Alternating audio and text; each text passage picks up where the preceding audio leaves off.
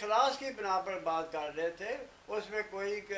خلافت کی تجلیل نہیں تھی، خلافت کا انکار نہیں تھا، بعض ان کا اپنی رائے تھی،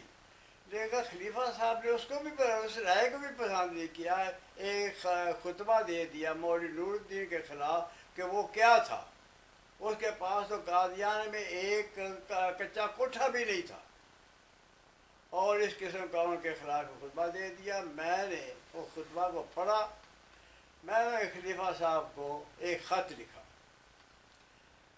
خط یہ لکھا کہ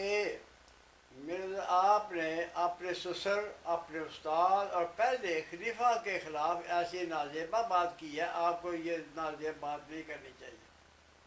پھر اس کے بعد میں نے لکھا کہ بات سنو کہ جو خلیفہ مولوی نور الدین جو ہے، اس کو اللہ تعالیٰ نے وہ علمی مقام دیا ہوا ہے، خواہ احمدی ہوں یا دوسرے، وہ سب کے سب اس آدمی کا احترام کرتے ہیں۔ میں نے پھر اس کے بعد یہ لکھا کہ ایک محمود کیا،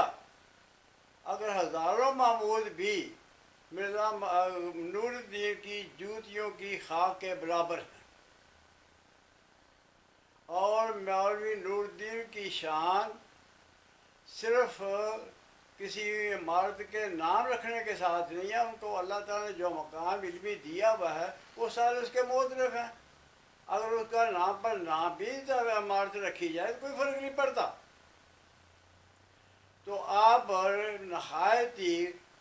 اپنی کم ظرفی کا ثبوت دیا ہے کہ مولوی نور الدین کو آپ نے بہت ہی غلط الفاظ کے ساتھ اس کا نام استعمال کیا ہے۔ مولوی نور الدین قادیان میں کوئی محل بنانے نہیں گیا تھا، اگر اس نے محل بنانے ہوتے تو وہ وہاں لاہور میں بھی بنا سکتا تھا، کسی اور جگہ بھی بنا سکتا تھا، وہ تو ایک اخلاص کی بنا پر گیا تھا، آپ نے اس کے اخلاص کو نہایت ہی حقارت کے ساتھ آپ نے ٹھکرایا۔ جب یہ میرا خط پہنچا، اب لڑائی شروع ہو جاتی ہے، تو اس خط پر ایک میرا نام لے کر ایک فتنے کا آغاز کر دیا، اور کہا یہ خلافت کا فتنہ ہے، اور یہ خطرناک فتنہ ہے، اور اس کو کچل دینا چاہیے۔ اسی خط میں، اسی خطبے میں میرے متعلق یہ بھی پیش ہوئی کہ یہ 2 سال میں مارا جائے گا۔ تو جب یہ خطبہ شائع ہوا، میں نے پڑھا، تو پھر میں نے اپنے دوستوں کو خط لکھے۔ اس خط کا مضمون یہ تھا، آگ لگ چکی ہوئی ہے، آپ گھروں میں بیٹھے ہوئے ہیں، اور لاہور میں آئے، اس شیطان کا سر کچل دے۔ تو ایک خط جو میں نے محمد یا تاثیر کو لکھا تھا، وہ خط ایک احمدی کے ہاتھ میں آ گیا، اس نے وہی خط رفع بھیج دیا خلیفہ صاحب کے نام، پھر اگلا خطبہ اسی خط پر آ گیا۔ اب واضح ہو چکا ہے کہ وہ فتنہ کیا ہے، وہ ایک آدمی کا نہیں ہے، وہ اس کے پیچھے ایک پورا گینگ ہے، ایک پوری جماعت ہے، جس کو وہ دعوت دے رہا ہے کہ وہ لاہور آئیں اور یہاں اس کا مقابلہ کریں۔ تو اس کے ساتھ جتنے میرے پرانے دوست تھے، محمد یا تاثیر، عزیز الرحمان، بشیر رازی اور عبداللطیف پہلے یہاں تھا، وہ جو سارے کے سارے آ گئے۔ اس کے ساتھ جو اس کی کم ظرفی تھی وہ یہ تھی کہ اس نے اس تمام فتنے میں نور الدین کے خاندان کے بھی لپیٹ لیا۔ اس وقت میاں عبد المنان صاحب امریکہ آئے ہوئے تھے، اور ساتھ اس نے یہ اعلان کر دیا کہ یہ جو خاندان ہے یہ اس فتنے کا بانی و بانی اور اس کی پشت پناہی کر رہا ہے، اور تمام اس نور الدین کے خاندان کو جماعت سے نکال دیا، اور کہا ساتھ یہ بھی کر دیا کہ اس کے جو بچے ہیں وہ بھی نہ خلافت کے لیے۔ اب معاملہ آگے بڑھنا شروع ہو گیا۔ اب میرے سارے دوست جو تھے وہ لاہور میں آ گئے۔ اب ہم نے سوچا میاں اس نے 2 سال کی پیش گوئی کی ہے، اس کی پیش گوئی کا مطلب یہی ہے کسی سے مروائے گا۔ ہم نے اخبار کی طرف رجوع کرنا شروع کیا۔ تو ہم پہلا اخبار جو تھا نوائے پاکستان تھا، اس کے پاس گئے تھے، ہمیں پتہ تھا کہ یہ اعلان کا اخبار ہے، یہ ہمارا ساتھ دے گا۔ تو مجاہد الحسینی اس کے ایڈیٹر تھے، بہت شریف آدمی، بہت اعلیٰ قسم کا انسان، ہمدرد انسان۔ اس کے ساتھ ہم جا کے ملے، انہوں نے نہایت ہی ہمدردی کے ساتھ، پیار کے ساتھ بٹھایا اور کہا کہ آپ فکر نہ کریں، میں ایسا ایڈیٹوریل لکھوں گا کہ فکر نہ کریں کہ آپ کی ہوا کو بھی یہ خلیفہ نہیں پہنچے گا، کوئی نقصان نہیں پہنچائے گا۔ اگلے دن اس نے اسی خطبے پر جو اس نے 2 سال کی دھمکی دی تھی، اس پر ایڈیٹوریل لکھ دیا۔ وہ ایڈیٹوریل اخبار میں چھپا ہی تھا تو خلیفہ صاحب نے اپنے خلیفہ ثانی نے ساری کے ساری اپنی تقریر کے منفی شروع کر دی کہ میں نے تو اس قسم کا خطبہ دیا ہی نہیں ہے، غلام رسول اپنے گاؤں میں بھی جا سکتا ہے، ربے میں بھی آ سکتا ہے، سب کے وغیرہ وغیرہ، تو ساری منفی شروع کر دی۔ لوگ جنہوں نے پہلا خطبہ سنا تھا وہ حیران رہ گئے کہ یہ ہوا کیا ہے۔ دراصل وہ خطبہ جو منفی کے اس میں اپنا اس کا انکار کرنا شروع کر دیا تھا، وہ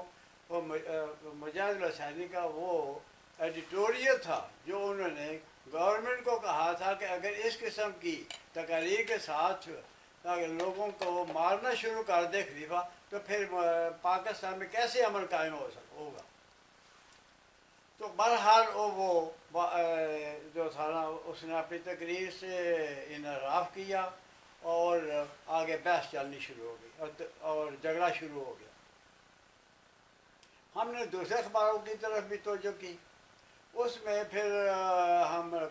شورش کشمیری کے چٹان کی طرف بھی پہنچے، وہاں بھی انہوں نے پھر 2 بہت اعلیٰ قسم کے مضامین لکھے۔ ایک مضمون کا نام تھا روا کا راس پٹیل، ایک یہ تھا کہ یہ فتنہ کیوں قائم کیا گیا ہے، اس کا پس منظر کیا ہے۔ تو بہرحال اس نے بھی ہمارا ساتھ دیا۔ ایسا ایسا تقریباً پاکستان کے جتنے بھی اخبار تھے، خاص طور پر اردو کے اخبار، انہوں نے ہمیں خوب کوریج دی۔ خاص طور پر نوائے پاکستان، جس کے ایڈیٹر میں مجاہد الحسینی تھے۔ تو ایک واقعہ اس میں بیان کرتا ہوں کہ یہ پھر بحث جو اخباری بحث تھی وہ کیسے ختم ہو گئی، کہ یہ تقریباً بحث جو کافی عرصہ چلتی رہی۔ تو جلال الدین شمس صاحب نے ایک مضمون لکھا جس میں ہمیں مخاطب کر کے کہا کہ خلیفہ صاحب کے متعلق جو آپ باتیں بیان کرتے ہیں یہ تو سنی سنائی باتیں ہیں، آپ کوئی ایسا واقعہ بیان کریں، کوئی ایسی شہادت جس سے معلوم ہو کہ خلیفہ صاحب کی زندگی جو ہے ناپاک ہے۔ ہمیں اس نے چیلنج دے دیا۔ یہ چیلنج ہمیں نہیں تھا بلکہ نوائے پاکستان کو یہ تھا، ہماری ساری باتیں تو نوائے پاکستان میں چھپتی تھی۔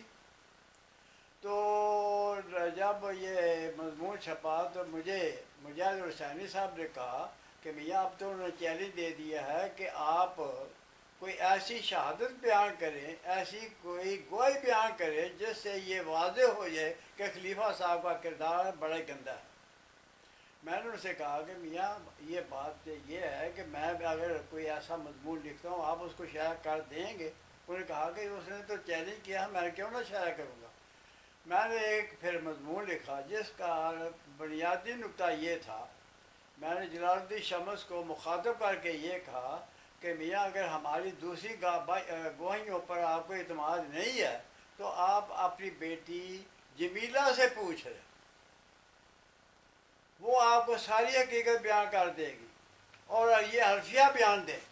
کہ اس نے خلیفہ صاحب کی بدکاری کا انکار کیا ہے۔ جب یہ مضمون چھپا تو خلیفہ صاحب نے الفاظل کو یہ حکم دے دیا کہ اب ان کے ساتھ لڑائی شڑائی جو ہے نا جھگڑا وہ ختم کر۔ خیر اس وقت لڑائی ختم کر دی، اور اس کے بعد 6 مہینے کے بعد مولوی جلال الدین شمس کا انکار نہیں آیا کہ میں نے اپنی لڑکی سے پوچھا ہے وہ انکار کرتی ہے، بلکہ یہ مضمون لکھا اخبار والوں کو یہ مخاطب کر کے کہ ہماری جو بہو بیٹیاں ہیں ان کی عزت تو ان سے محفوظ کرو، اس نے یہ اپیل کی۔ خیر بہرحال اس کے ساتھ جب میں نے جلال الدین شمس کی لڑکی جمیلہ کا ذکر کیا تو یہ جو اخباری بحث تھی وہ ختم